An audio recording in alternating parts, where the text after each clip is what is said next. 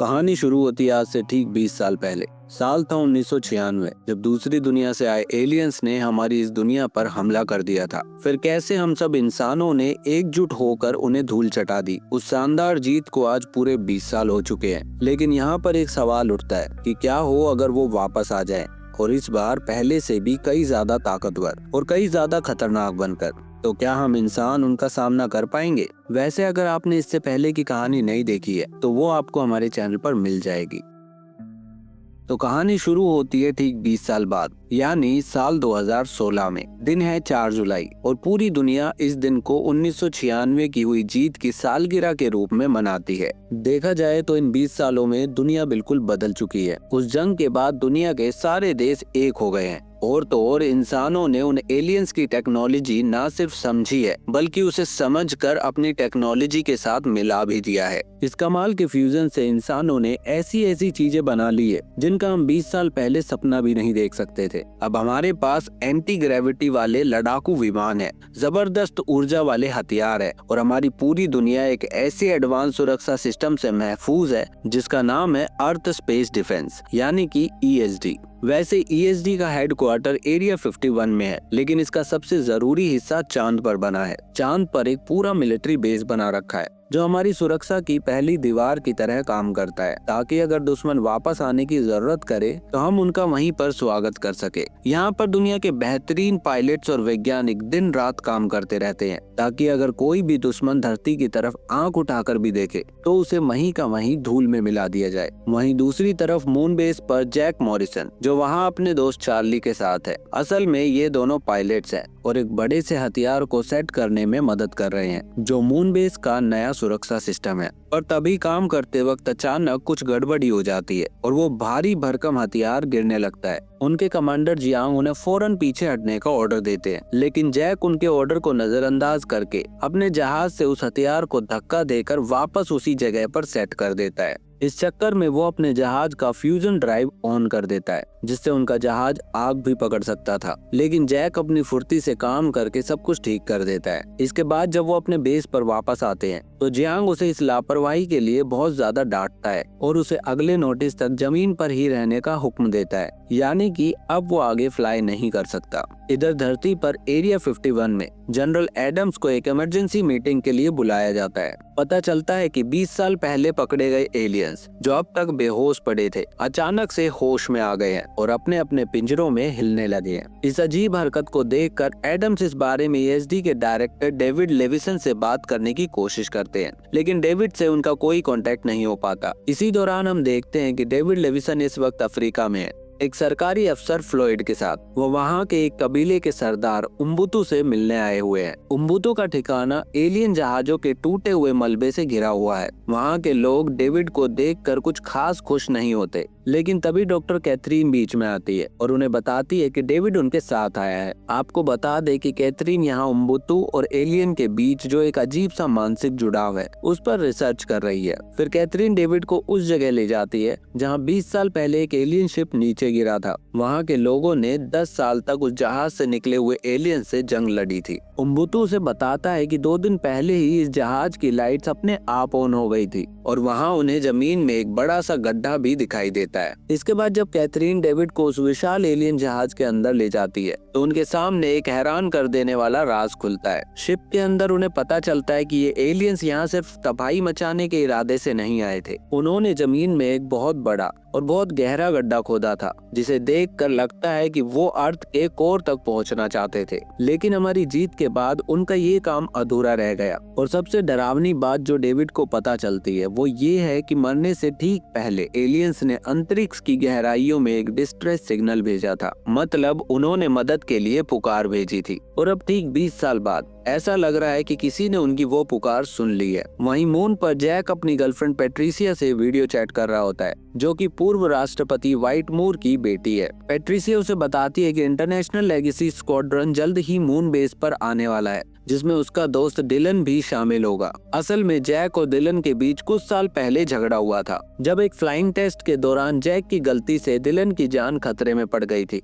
Patricia बस ये चाहती है कि जैक डिलन से आराम से बात करे और अपनी पुरानी गलती मान ले। कुछ टाइम बाद स्क्वाड्रन मून बेस पर पहुंचता है। सब लोग डिलन से मिलने के लिए काफी उत्साहित है क्योंकि वो पहली जंग के हीरो स्टीवन का सौतेला बेटा है। लंच के टाइम जैक आखिरकार डिलन से मिलता है, लेकिन अपनी गलती मानने की बजाय वो उसे ताना मारता है कि डिलन फिर से उसके रास्ते में आ गया है। इस बात से गुस्सा होकर डिलन उसे एक जोरदार मुक्का मारता है, जिससे कमांडर जियांग का ध्यान उन पर चला जाता है। लेकिन तब जैक डिलन को बचाने के लिए झूठ बोल देता है कि वो बस गिर गया था। बाद में अपने रूम में आकर वो चार्ली से कहता है कि उसने कुछ ज्यादा ही कर दिया। अगली सुबह एरिया 51 की मेडिकल बे में डॉक्टर इसाक अपने हस्बैंड डॉक्टर ओकुन को देखने जाती है, जो पहली जंग के टाइम से ही कोमा में है। और तभी एक चमत्कार होता है और डॉक्टर ओकुन अचानक से होश में आ जाता है, लेकिन उसे इस बात का एहसास ही नहीं होता कि पूरे 20 साल बीत चुके हैं। ठीक उसी वक्त जनरल एडम्स को खबर मिलती है कि रिया पर उनका बेस पूरी तरह से तबाह हो गया है।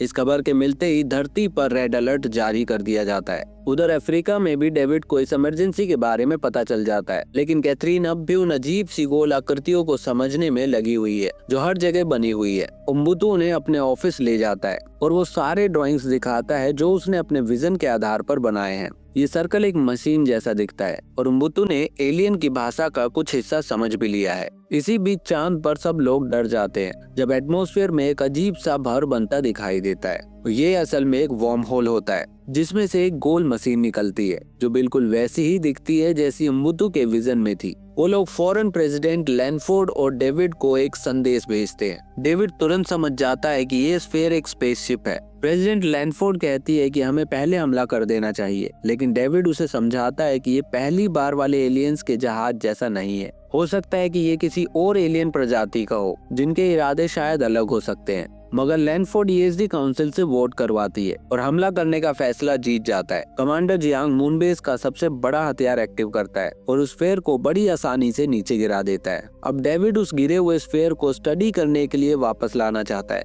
और लैनफोर्ड एक टीम भेजने के लिए मान जाती है। इसके बाद प्रेसिडेंट लैनफोर्ड पब्लिक में ऐलान करती है कि हमने धरती को एक और बड़े हमले से बचा लिया है। पूर्व राष्ट्रपति व्हाइटमोर ये सब टीवी पर देखता है। वो परेशान हो जाता है क्योंकि उसे पता है कि ये वही एलियंस नहीं है। वो सबको इस बारे में चेतावनी देना चाहता है, लेकिन उसकी बेटी पैट्रिसिया उसे शांत रहने और नए प्रेसिडेंट पर भरोसा करने को कहती है। इस बीच जैक डेविड की फ्रस्ट्रेशन को समझता है और उसकी मदद करने का सोचता है। वो कमांडर जियांग से छुप कर एक शटल चोरी करता है और सीधा अफ्रीका जाकर डेविड, फ्लॉयड, उम्बुतु और कैथरीन को पिक कर लेता है। पुराने मदरशिप के मलबे से बचाकर वो लोग गिरे हुए स्फीयर तक पहुंचते हैं और फिर जैक और डेविड उसे हासिल करने की तैयारी में लग जाते हैं। इधर धरती पर अमेरिका पहली जंग की जीत का जश्न मना रहा होता है। व्हाइटमोर प्रेसिडेंट लैनफोर्ड की स्पीच को रोककर सबको वार्न करने की कोशिश करता है, लेकिन तभी अचानक उसके सर में बहुत तेज दर्द होता है और वो बेहोश हो जाता है। उधर हॉस्पिटल में डॉक्टर ओकुन दीवारों पर अजीबोगरीब फॉर्मूला बना रहा होता है। ठीक उसी समय उसे भी वैसा ही दर्द महसूस होता है और अफ्रीका में उम्बुतु को भी। ठीक उसी पल चांद पर लोग ये देखकर शॉक हो जाते हैं कि एक नया और पिछले से भी कई गुना बड़ा एलियन मदरशिप उनकी तरफ तेजी से आ रहा है। चार्ली जल्दी से शटल का कंट्रोल ले लेता है और जैक और डेविड को मदरशिप के नीचे कुचले जाने से पहले ही वहां से पिक कर लेता है। एडम्स फौरन धरती पर अलर्ट जारी करता है और सारे सेलिब्रेशन कैंसिल कर देता है।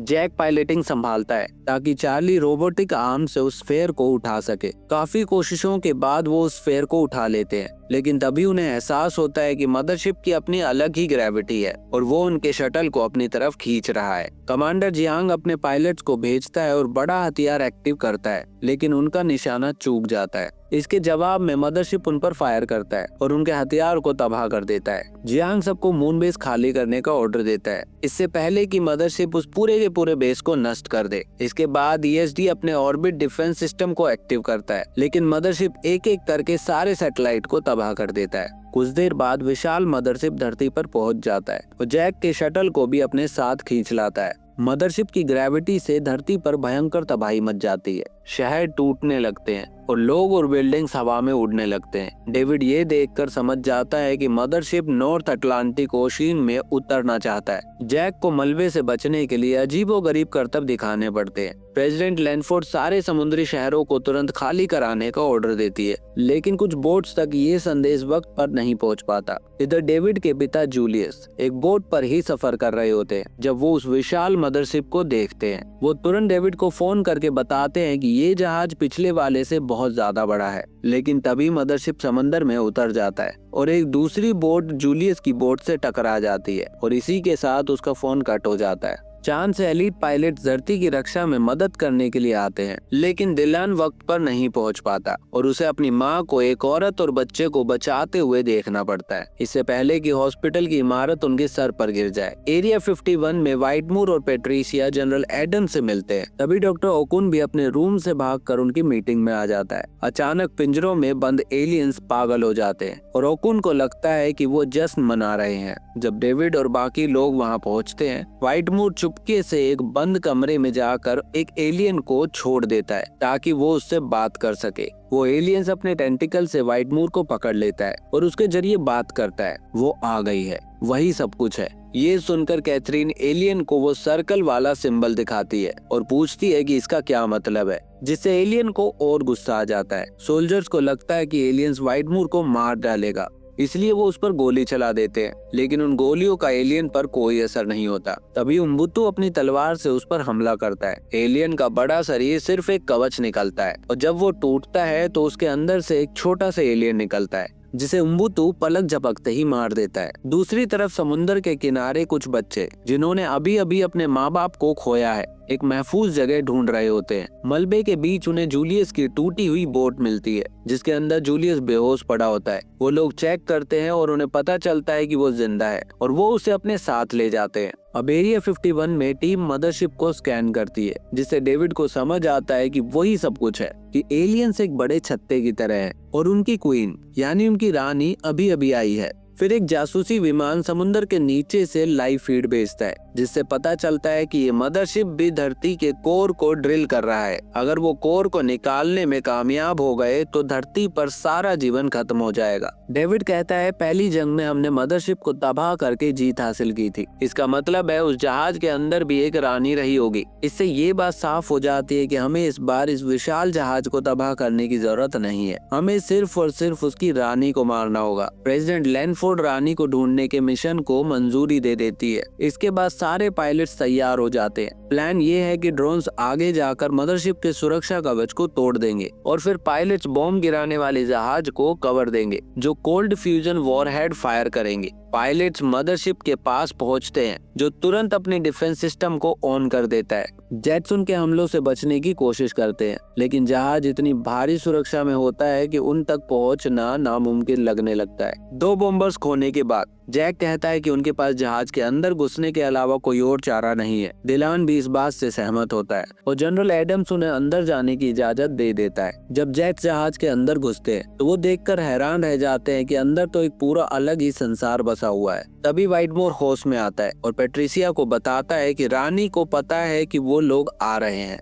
पेट्रिसिया जनरल एडम्स को बताने के लिए भागती है कि ये एक जाल है, लेकिन अफसोस तब तक बहुत देर हो चुकी होती है। रानी एक खास तरंग छोड़ती है जो सारे जेट्स को बंद कर देती है। पायलट्स नीचे गिरने लगते हैं, लेकिन फिर भी वो बॉम्ब छोड़ देते हैं ताकि मिशन पूरा हो सके। लेकिन उस धमाके से रानी को कुछ नहीं होता, क्योंकि वो एक ऊर्जा के घेरे में सुरक्षित होती है। अचानक एक और बड़ी तरंग एलियन सिस्टम से निकलती है, जो इतनी ज्यादा ताकतवर होती है कि सारे सैटेलाइट्स, एरिया 51 बेस और यहाँ तक कि प्रेसिडेंट के बंकर को भी बंद कर देती है। फिर मदरशिप इस मौके का फायदा उठाकर बंकर पर हमला करता है, जिसमें प्रेसिडेंट लैंडफोर्ड सहित सब लोग मारे जाते हैं। इसके कुछ देर बाद मिलिट्री के बड़े अफसर एरिया 51 पहुंचते हैं और जनरल एडम्स को नया यूएस प्रेसिडेंट घोषित कर देते हैं। उधर कैथरीन ओकुन्स के ड्राइंग्स को उम्बुतू को दिखाती है और उम्बुतू उनमें से कुछ अनुवाद कर लेता है। उसमें एक इंटरगैलेक्टिक युद्ध का जिक्र होता है और किसी दुश्मन को धरती तक पहुंचने से रोकने की बात लिखी होती है। इससे उम्बुतू समझ जाता है कि वो स्फेयर उनका दोस्त बनना चाहता है, क्योंकि एलियंस उनके भी दुश्मन है। मदरशिप के अंदर जेक और डिलान कुछ और पायलट्स के साथ बच जाते हैं। अब उन्हें उस अजीब संसार में छुपना पड़ता है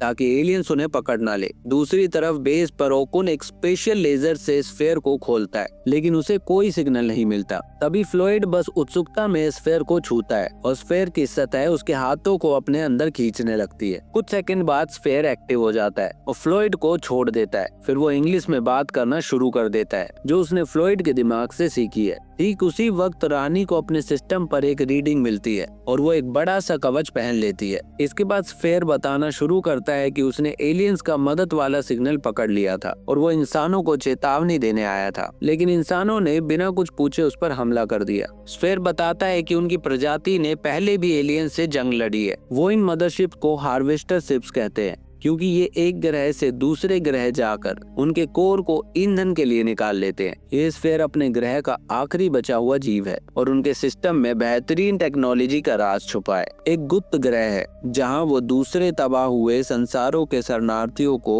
हथियार बनाना सिखाते हैं और इसीलिए एलियंस उनसे डरते हैं। लेकिन अब जब स्फेयर एक्टिव हो गया है तो रानी उसे आसानी से ट्रैक कर सकती है। ये सुनकर डेविड कहता है अगर रानी आ ही रही है तो वो उसे वैसे ही जाल में फंसा सकते हैं जैसे उसने उन्हें फंसाया था। ओकुन और डेविड मिलकर एक प्लान बनाते हैं। वो असली स्फेयर को एक अलग चैम्बर में छुपा देंगे और उसके रेडिएशन सिग्नल की नकल एक डेकोय से करेंगे, जिसे एक छोटे जहाज में कोल्ड फ्यूजन बॉम्ब के साथ रखा जाएगा। फिर रानी उस सिग्नल का पीछा करते हुए उनके जाल में फंस जाएगी। उन्हें बस रानी को ट्रैक करने का एक तरीका चाहिए और तब एडम्स बताता है कि उनके पास अभी भी पहली जंग का एक रेडार ट्रक है। इसके बाद एडम्स और डेविड पायलट से बात करते हैं और उन्हें प्लान समझाते हैं। क्योंकि सैटेलाइट्स काम नहीं कर रही, इसीलिए किसी एक पायलट को खुद जाकर बॉम्ब को एक्टिव करना होगा, जिसका मतलब था कि वो पायलट बच नहीं पाएगा। पैट्रिशिया इस काम के लिए वॉलंटियर करने की कोशिश करती है, लेकिन व्हाइटमोर बीच में आकर ये मिशन अपने ऊपर ले लेता है। इसी बीच जूलियस होश में आ जाता है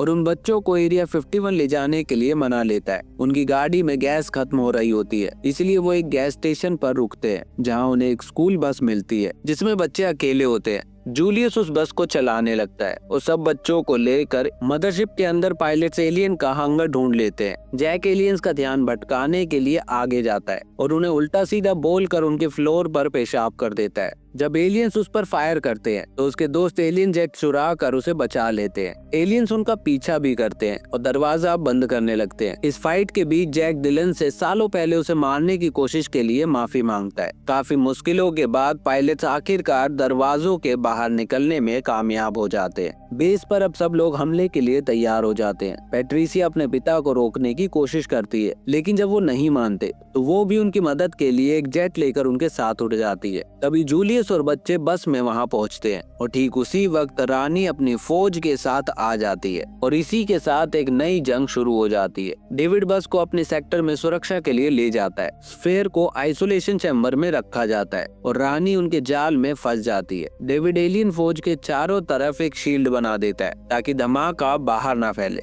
इसके बाद व्हाइटमोर रानी के जहाज में घुसकर एक बॉम्ब को एक्टिव कर देता है। एक पल के लिए टीम को लगता है कि वो जीत गए। जब धुआं साफ होता है तो पता चलता है कि रानी अभी भी जिंदा है। उसने अपने ऊर्जा वाले शील्ड से खुद को बचा लिया था। डेविड जूलियस और बच्चों के साथ बस में भागता है और रानी उनका पीछा करने लगती है। सारे सोल्जर्स फेयर को बचाने के लिए बेस में वापस आ जाते हैं और पायलट्स रानी पर हमला करना शुरू कर देते हैं। तभी पैट्रिशिया नोटिस करती है कि रानी हमला करने से पहले कुछ सेकंड्स के लिए अपनी शील्ड नीचे करती है। वो इस मौके का फायदा उठाकर उसके कमजोर हिस्से पर फायर करती है, जिससे रानी का शील्ड तबाह हो जाता है। रानी गुस्से में उसके जेट पर हमला करती है और पैट्रिशिया पैराशूट से नीचे कूद जाती है। फिर दिलान और बाकी पायलट्स वापस आकर उसकी टेक्नोलॉजी से उस पर हमला करते हैं। बेस के अंदर एलियंस फेयर को ढूंढ लेते हैं, जिसे ओकुन और इशाक बचा रहे होते हैं। उबुंटू और फ्लोइड वहां पहुंचकर एलियंस से लड़ते हैं, लेकिन इस झगड़े में एक एलियन इशाक को मार देता है। अब सिर्फ 2 मिनट बचे होते हैं। रानी बेस पर पहुंच जाती है और छत तोड़कर स्फेयर तक पहुंचने की कोशिश करती है। तभी जैक को एक आइडिया आता है। वो दिलान हाथ से कंट्रोल होने वाले थ्रस्टर को एक्टिव कर देते हैं, जिससे एक आग का भंवर बनता है और वो उस छत्ते से बाहर निकल जाते हैं। रानी आखिरकार बेस को तोड़कर स्फेयर को पकड़ लेती है। तभी पायलट्स वापस आकर उस पर फायर करने लगते हैं। रानी अपने कवच से बाहर निकल जाती है और वो बस को पकड़ने की कोशिश करती है, लेकिन डेविड बस को पीछे कर लेता है और आखिरकार रानी मर जाती है और स्फेयर को छोड़ देती है। रानी के मरते ही ड्रिल रुक जाती है और सारे एलियंस जहाज नीचे गिर जाते हैं। पूरी दुनिया में जीत का जश्न मनाया जाता है। मदरशिप वापस चला जाता है और ओकुन कंफर्म करता है कि स्फीयर बिल्कुल ठीक है। डेविड चिंता जताता है कि धरती एक और हमला सह नहीं पाएगी, लेकिन ओकुन उसे याद दिलाता है कि स्फीयर के पास एक गुप्त ग्रह पर ट्रेनिंग प्रोग्राम है और अब इंसानियत का अगला कदम है इस इंटरगैलेक्टिक युद्ध में शामिल होना। और इसी के साथ हमारी ये फिल्म यहीं पर खत्म हो जाती है। आपको ये फिल्म और मेरी एक्सप्लेनेशन कैसी लगी कमेंट करके जरूर बताना। मिलते हैं अगली वीडियो के साथ।